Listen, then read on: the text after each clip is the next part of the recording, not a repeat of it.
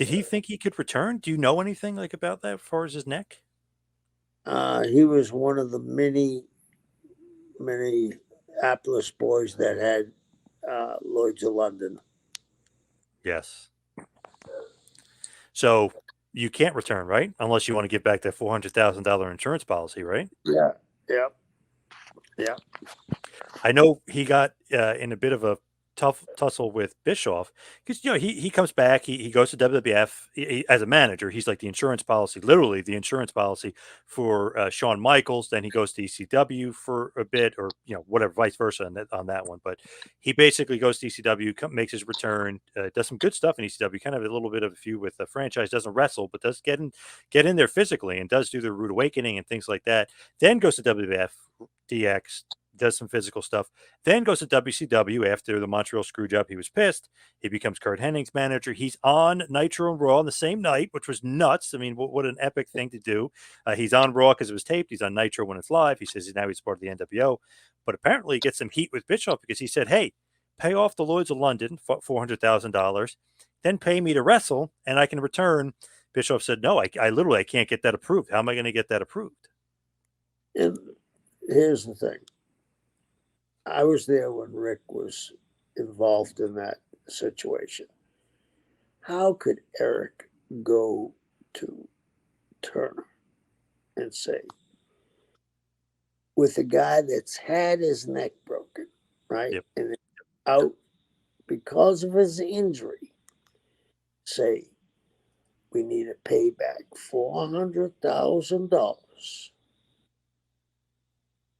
and we need to give him 850,000 plus first class airfare, everything upgraded.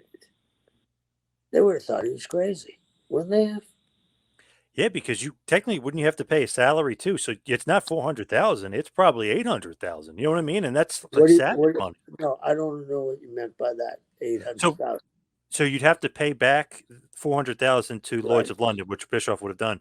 But wouldn't you have to pay Root a salary for the year? Let's say I know That's why I said $1 million. That's what I'm right, saying. right. That's what I mean. 800, a million. Yeah, yep, Yeah, so 800 or $1 million. Now you got, and you're paying that on top of a guy that's had a salary.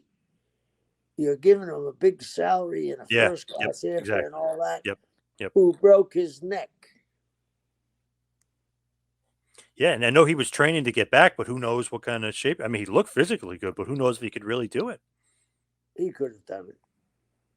He could So have you done think that his training for the comeback, I mean, obviously had things that happen. I mean, he could have, excuse me, could have wrestled again. it. Oh, I definitely do. Yeah. Yeah. When you look at that, I mean, it makes sense from Bischoff's part, but his family apparently kicked Bischoff out of his funeral when he passed. Like they were mad at him. I guess Rick had said, "Oh, he's not not letting me wrestle. I can't wrestle. He's not going to pay back the policy." Also, it might be a slippery slope legally. You know what I mean? The guy is healthy, and you're going to pay back the policy.